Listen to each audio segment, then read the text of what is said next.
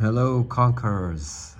This is Mo, the game designer of Conquer Empire Rises, which is an expansion to the hit Conquer Final Conquest from 2020. I thought instead of doing an unboxing video, which would have been cool, I thought I would actually do something better, which is I would spread this game out and walk you through this amazing print that came from the factory. There's a couple of kinks that were changing in the final print, which has started. But let me take you through this awesome game and how things have developed since we launched the Game Found campaign last year. So in a nutshell, just as a heads up, this is not the actual board. This is the additional player mat that many of you chose to purchase. I think that was a great purchase if you've done so. Absolutely love this new player mat.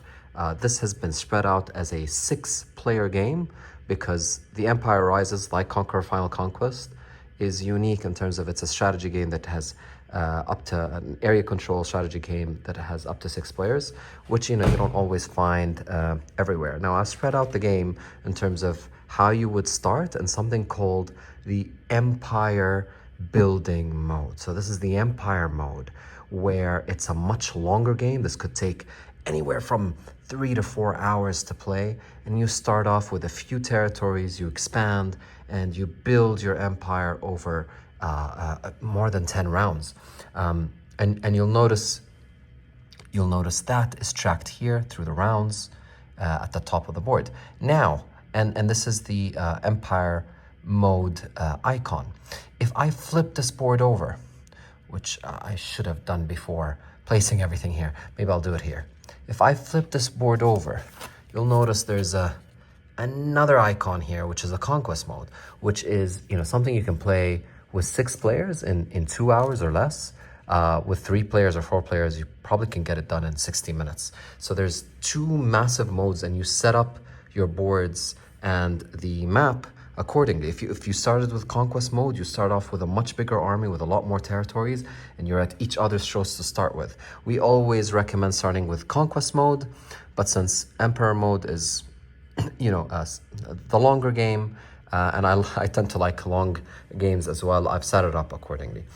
So you have this amazing option of picking something short and sweet and to the point and filled with action, or something that's a lot longer and a lot more you can take the entire night playing this game if you play the Emperor mode. So, you have these 2 amazing options depending on whether you like shorter games or longer games. I've also set up the Empire Rises expansion, which is the Seeds of Destiny here, and I'll talk about it in a second. And let me take you through the board. So this is the map in which you're going to be fighting for control. The large forts, and specifically the capitals, are the ones that are giving you the most points. This is the territories that you're going to try to capture with your armies. This is a cavalry unit, for example. This is an infantry unit I've set up as Carthage in this game, which is my favorite faction of all time. That's Rome, that's Gaul, that's Greece, Persia, and Egypt. And you'll notice there are white armies all around. These are independent armies that are that you need to defeat to get these valuable properties that they control. Territories that they control.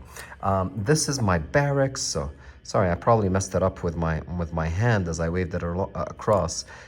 It tells you how much armies you have, how many cavalry units, how many infantry units, archers.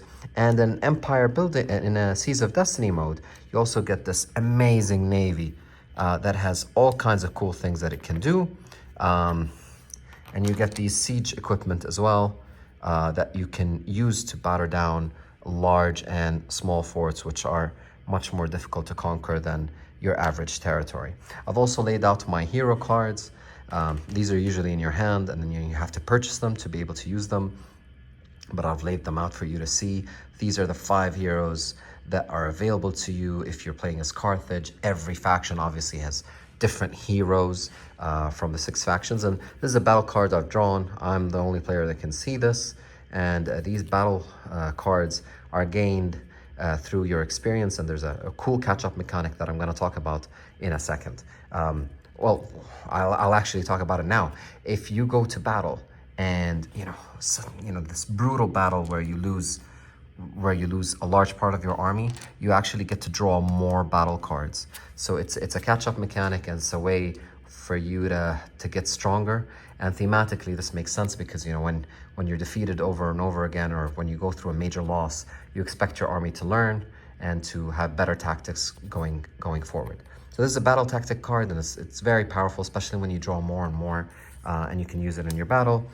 This is how you'd set up as a player. I've set up as Carthage. This is my elite unit, my war elephant, and obviously there are miniatures available as well.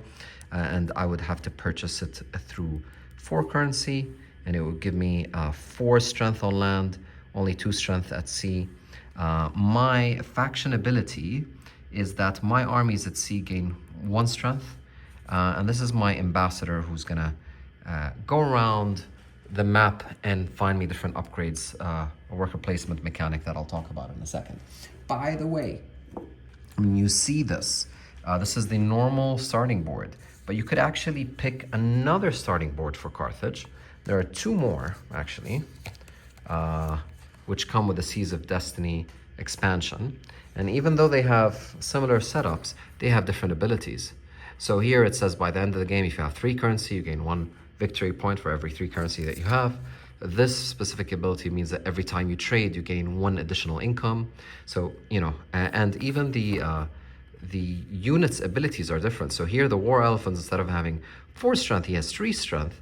And once per round, you can pay 2 money to recruit 1 infantry unit, assuming that you have enough food supply to feed that infantry unit.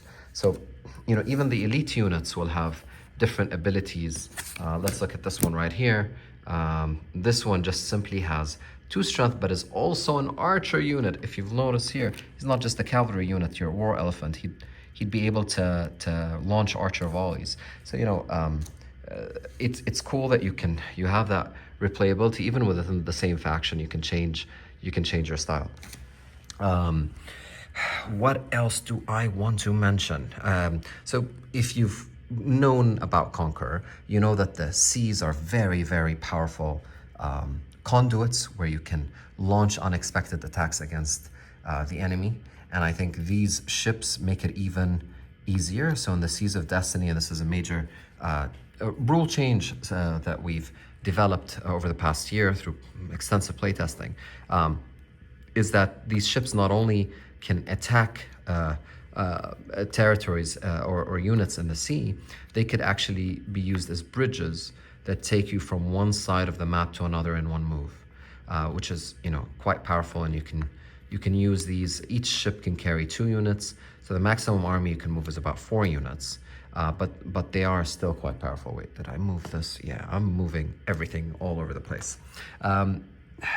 What else? What was I? Oh yeah, your agent. Okay, so the crux of the game is obviously the conquest part, but the major difference between Empire Rises and Final Conquest is this little agent right here, who can go around every single round and develop your civilization. This is a empire building mode, and it's an empire building game and a civilization game.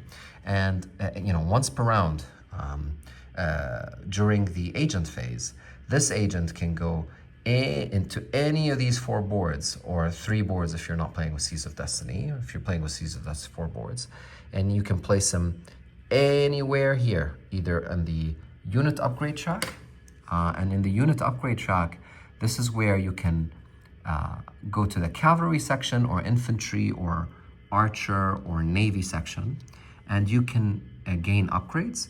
You gain upgrades by paying that amount of money. 10 money for your first upgrade, 12 for the second, 15 for your third. And you could gain that upgrade. You pick one of these, and let's say I pick that all my cavalry units, instead of having 2 strength, now have 3 strength. I'll place that on my player board upgrade here. And now for the rest of the game, every single cavalry unit I has a strength of 3 instead of 2. Super powerful, right? So that's something I could do on my turn if I could afford it through my money. and I'll talk about money in a second. And I can do this for infantry, archers, etc. Each type of unit has different abilities. They're all explained in the manual. I could, instead of upgrading my military, upgrade my civilization. So this gives me more food supply, which I'll talk about. This gives me a bazaar right here. If I, let's say if I buy a bazaar for, again, if you look at the number 3 money, I will go to my player board and I'll slot this one right in. And this means that at the beginning of the round during the income phase, not only do I earn 3 money, which is my basic income, I'll add 2 more, so I'll earn a total of 5, in addition to any income I get from territories I own. So in this case, I would get 7 money at the beginning of next round, right? So, you know, there's different ways and different elements. I can increase my food supply. As I mentioned, I can have academies that reduce the cost of my heroes. I can even build forts. So let's assume I'm here and I want to fortify this position. I can send my agent here for a price of 4 to build myself a fort here. And now I have 2 forts, and I would move up with the number of forts that I control. If you'll notice, I'm right now on 1, can move up to 2. And this gives you the end of game condition. So if at the end of any round, I control 5 or more territories, I'll win the game, right? So that's a very powerful kind of upgrade, and it's something you need to keep track of with all the different players. I can, so that's the unit upgrade, the civilian upgrades I've talked about. I can go trade with different people. So I might want to trade with Rome, and this will move me 1 space on the first space of the space trade track, and I'll get 1 income. As I progress and I trade more with different parties, I'll gain more and more benefits. I'll gain more victory points at the end of the game and more goodies that would help me develop myself. And then finally, this is the Seas of Destiny kind of element. This is where you can get your boats, your ships that I talked about. This is where you can buy a trade port. And again, you slot it right underneath here. And that means that every time you trade, so every time you go here, not only do you gain the benefits listed on the space that you've advanced on, but you also get 2 additional income, right? A third benefit here is you can build a wonder, assuming you don't think that anyone's gonna have 5 forts by the end of the game, or depending on what game mode you're playing, the required amount of forts. You can, and if no one has that by the end of the game, you end up going to the victory points, and whoever has the most victory points wins. And victory points are earned through large forts and forts, as I mentioned, but also through specific cards. And here, if you build a wonder and you're the first person to build a wonder, you'll get a massive 15 points. So, you know, it doesn't help you in the game, but if you're betting on no one winning the game, and maybe you bet on this early, you might actually steal the victory from a dominant opponent who might have many territories by building wonders and building your civilization. There's many stuff that I could talk about today. This obviously tracks your food supply. Your food supply determines how many units you can have. So this says that if you have 2 food supply, you can have a total of 8 units. Or 3 food supply, like Egypt currently does, because you'll notice Egypt has 1 food supply and 2 more on a 6-player map. So it can keep recruiting every round until it hits that magic number of 10 units, and then it has to stop unless it is able to conquer one of these territories with food supply, and as such increase its capacity. Wow, yeah, so much to talk about. Maybe I'll finish things off with 2 major points. One point is another catch-up mechanic, but it's also a boost. Wait, let me return this. Here there are 2, and I've put them on the board for you to see. If you ever, like Egypt right now, if Egypt ends a round with only 4 units and it can afford up to 10 units, you can save one, and a maximum of one, food supply for a rainy day. And what that means is imagine I'm playing as Carthage. So Carthage right now has 2 food supply, which is 8 units. But imagine whatever happens, maybe Rome is aggressive and is able to capture my territories, and I'm down to having maybe let's have 5 units, right? And I have no food supply whatsoever. There are a couple of things that I can do. Number one is I can set up a temporary capital, and I just took this from the board. Everyone has it. You can set up a temporary capital that gives you a fort and food supply and money, so you're never in a situation where you're completely outdone. And this will allow you to recruit maybe up to 6 units. But as you can see, 1 food supply only gives you 6 units. And so you'd be stuck unless you're able to grab another food supply or maybe build a granary or something along those lines. Now, assuming all these conditions are not available, which is a big assumption, what you can do as well is at any time, and you can do this whether you have 1 fort or you have 10 forts, you can cash this in. And for 1 round, you can temporarily increase your food supply by 1, right? So you'd have to look at where Carthage is, there it is, and you'd increase your food supply by 1. Sorry, imagine I was here, and imagine I would then move to the food supply, second spot right here. And now for that 1 round, I'm able to recruit up to 8 units. So here I would be able to recruit maybe 1 additional unit. Maybe I'll recruit a cavalry unit, and that exceeds my capacity of 6 units only as 1 food supply, because I cashed that in to gain 1 extra food supply. And at the end of the round, I'd have to go back, but at least it gives me the opportunity to maybe build up an army and try to take one of the territories back from Rome, right? So I've just showed you like a couple of catch-up mechanics, this temporary capital, this granary that you can save for a rainy day, or perhaps, it's not just a granary that you can save for a rainy day. Maybe this granary you can use to expand your already massive army to do 1 final push against your opponent, right? And then the final thing that I want to talk about is your dynasty. So if you have a maximum of 1 massive fort, like a big fort like this, and just 2 small forts, including the ones that you've built. Let's assume Carthage is at this scenario right now. It only has 1 massive fort and 1 small fort. I could activate a dynasty change. I can overthrow my kings and start up a new dynasty. And I can do this once per game.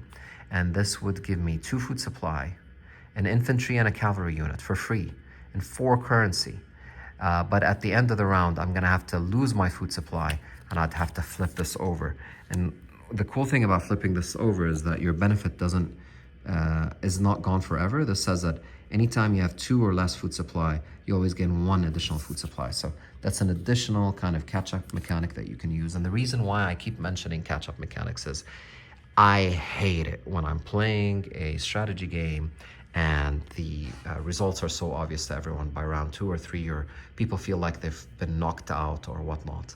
And I think it's very important to give people the opportunity and the chance to make a comeback if they play their cards right and if they play their products right. So, a lot of different ways to get back in the game. So if there's a situation where, Rome has come in and, completely destroyed you and taken your capital, don't feel like the game's over. There's so many ways to come back into it. Temporary capital, I've already talked about combat cards and taking massive losses.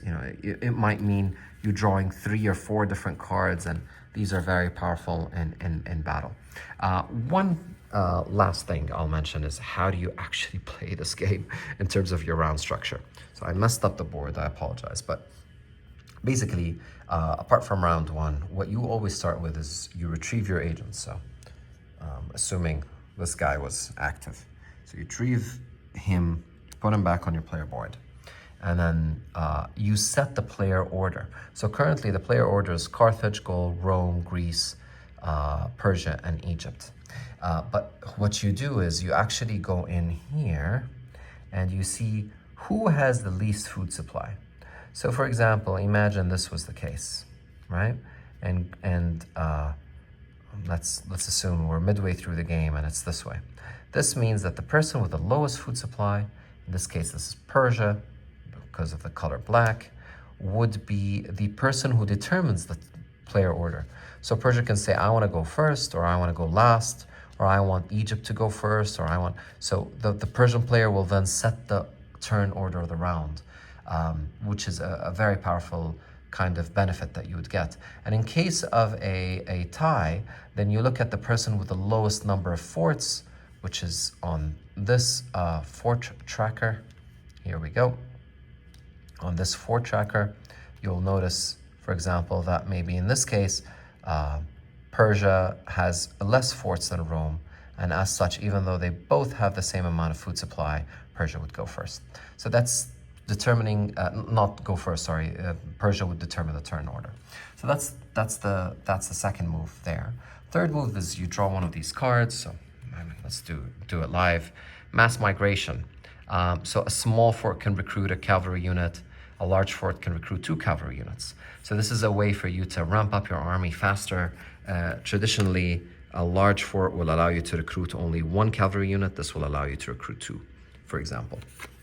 And these events, there are different events that you shuffle and draw during the game, and they'll really impact you. And you'll notice that a lot of these events have 1.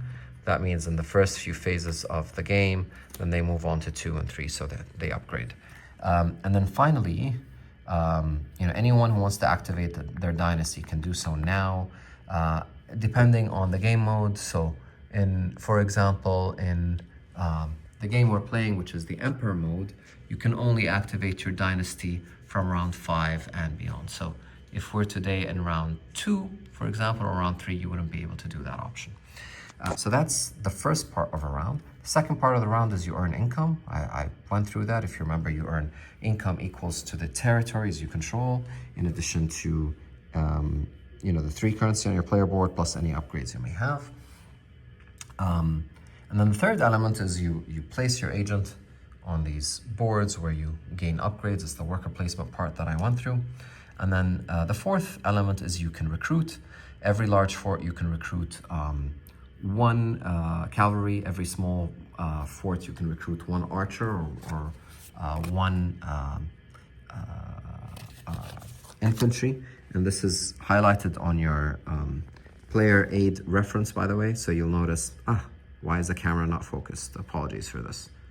Yeah, there you go.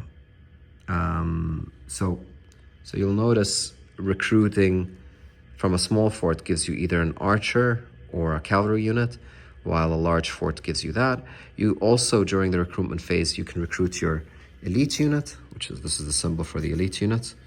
And you can start purchasing your heroes, and the cost of these heroes are on the top left corner. So that's the recruitment phase, the planning phase, and then the campaigning phase is, this arrow means every single unit you have can take 1 action. So assuming Rome can go back to its territories, let me go back to, this is not how the game was set up, but let's assume this is how it was set up. And let's assume I recruited a cavalry unit here, and I recruited an infantry unit here through this small fort, and I was able to purchase my elite unit. Now every single one of these units can move once. So for example, I could, let me return this one. I can go here, and every time you move, or you take a movement, you turn a unit sideways in order to indicate that this unit has been exhausted and cannot move again this round. So I can do this. Yes, you can move into the sea without a ship. You just won't get the advantage of a ship, but you can move without the ship. And maybe you go here, and imagine I do this.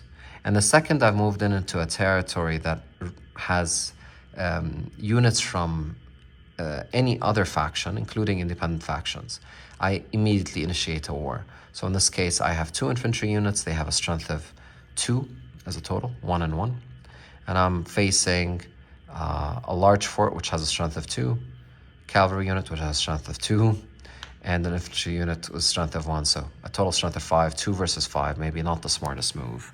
And I can play combat cards. So I can play, for example, this. Now it's 5 versus 5. And no matter what happens in the game, I'll end up dealing a casualty. And then maybe I'll draw one of these automa cards. And these are shuffled. And this represents the dice roll of the independent army. And my dice roll is 3. So you'll notice I've beaten him.